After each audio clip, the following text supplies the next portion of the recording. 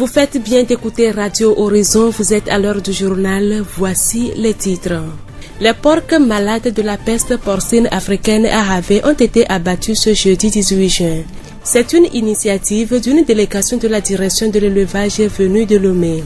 Le comité de développement de la ville de Thiévié a reçu ce vendredi un important lot de matériel pour booster leurs activités dans la ville.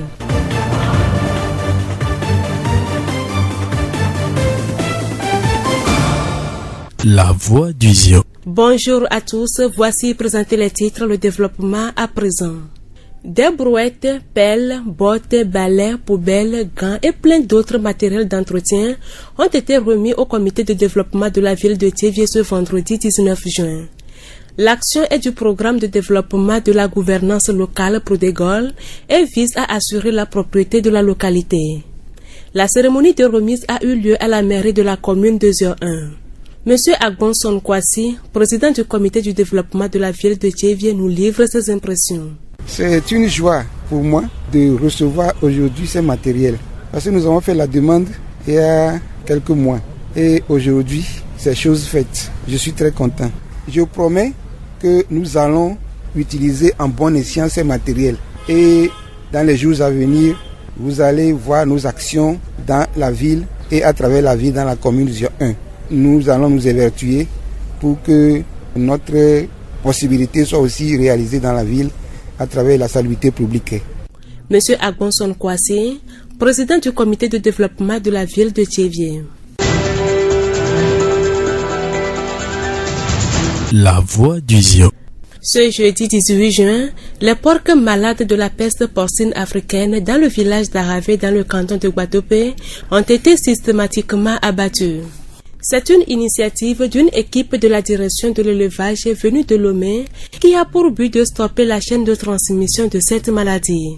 Dans la soirée, notre collègue Ake Eche a reçu par correspondance Dr Komla Batawi, directeur de l'élevage, pour des précisions. Nous l'écoutons.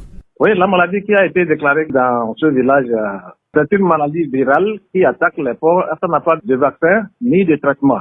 Le seul moyen pour pouvoir éradiquer cette maladie, c'est la bataille sanitaire et faire un vide, qu'on appelle aussi, vous m'excusez la tautologie, un vide sanitaire. Pendant une période de 6 mois, bloquer toute la mobilité des animaux dans le coin pour éviter la circulation du virus. Après l'abattage, qu'en est-il du reste? Donc après l'abattage, on a détruit les animaux, on a fait la désinfection et on maintient alors la quarantaine pour éviter la réintroduction du virus. Et dans les procédures, après l'abattage, les animaux abattus, les propriétaires de ces animaux seront indemnisés par le gouvernement, selon un barème bien défini. Docteur Batawi nous parle des procédures et des aides qui sont faites aux propriétaires. Donc le gouvernement a pris toutes les dispositions pour pouvoir indemniser les propriétaires d'animaux qui ont été abattus. Les animaux morts, il y a une nuance. Le jour où on nous a appelés, nous sommes venus, on a fait les analyses, c'est positif. Nous avons recensé les animaux, on les a parqués et aujourd'hui nous sommes venus les abattre. Donc, nous payons pour ces animaux-là, aux propriétaires. Nous payons aussi pour la destruction de la litière, de la provence, de leur nourriture, tout ce qu'on a détruit, on paie pour ça. Pour permettre aux propriétaires d'avoir au moins quelque chose de substantiel, pour ne pas être à zéro. Donc, nous n'achetons pas l'animal, mais c'est une indemnisation pour lui permettre d'avoir quelque chose. C'est l'aide de l'État. Le directeur invite à présent la population à ne pas interrompre le système de la quarantaine qui a été mis dans la localité pour préserver l'intégrité et la sécurité sur le site. Nous demandons à la population d'adhérer à cette opération pour nous permettre d'éliminer cette poche d'épidémie dans votre coin. Docteur Komla Batawi, directeur de l'élevage. La voix du Zion. Pour clôturer ce journal, nous allons parler des cache-nez et leurs utilités avec M. Bachassido et Sohanam Karabou, ingénieur en eau, hygiène et assainissement à la direction préfectorale de la santé Zion.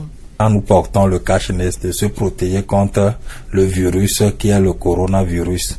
Et on peut être porteur asymptomatique, c'est-à-dire tu peux avoir la maladie sans le savoir. Si tu as la maladie, de ne pas exposer les personnes qui sont en face de toi. Ce qui veut dire que d'abord le port de cache-nez nous permet de se protéger et protéger autrui qui est en face de nous contre le coronavirus ou tout autre germe provenant des gouttelettes qui peuvent sortir de nos bouches ou bien de nos narines quand nous respirons.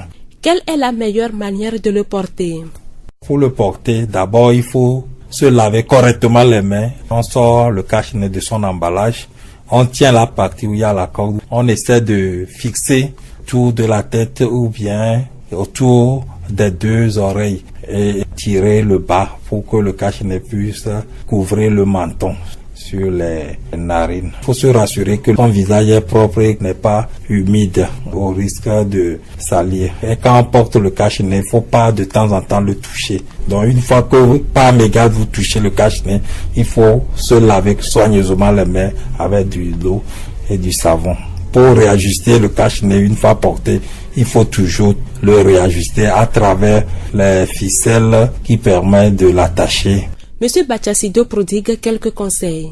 C'est de dire à la population que le port de cache-nez fait partie des règlements que le gouvernement a fixés aujourd'hui et que la population doit faire un effort pour pouvoir porter les cache-nez adaptés par les cache-nez qui serrent beaucoup au nez et à la bouche et qui empêchent complètement de respirer.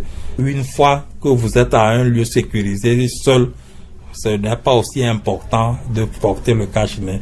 On peut l'enlever et respirer normalement. Donc le port est très important. Et d'abord la discussion aussi. Il ne faut pas qu'on voit les cache-nez traîner dans la rue partout, dans les caniveaux, dans les dépotoirs sauvages. On peut les brûler ou les incinérer pour les détruire. Monsieur Bachassido et Sohanam Karabo, ingénieur en eau, hygiène et assainissement à la direction préfectorale de la santé district Zio.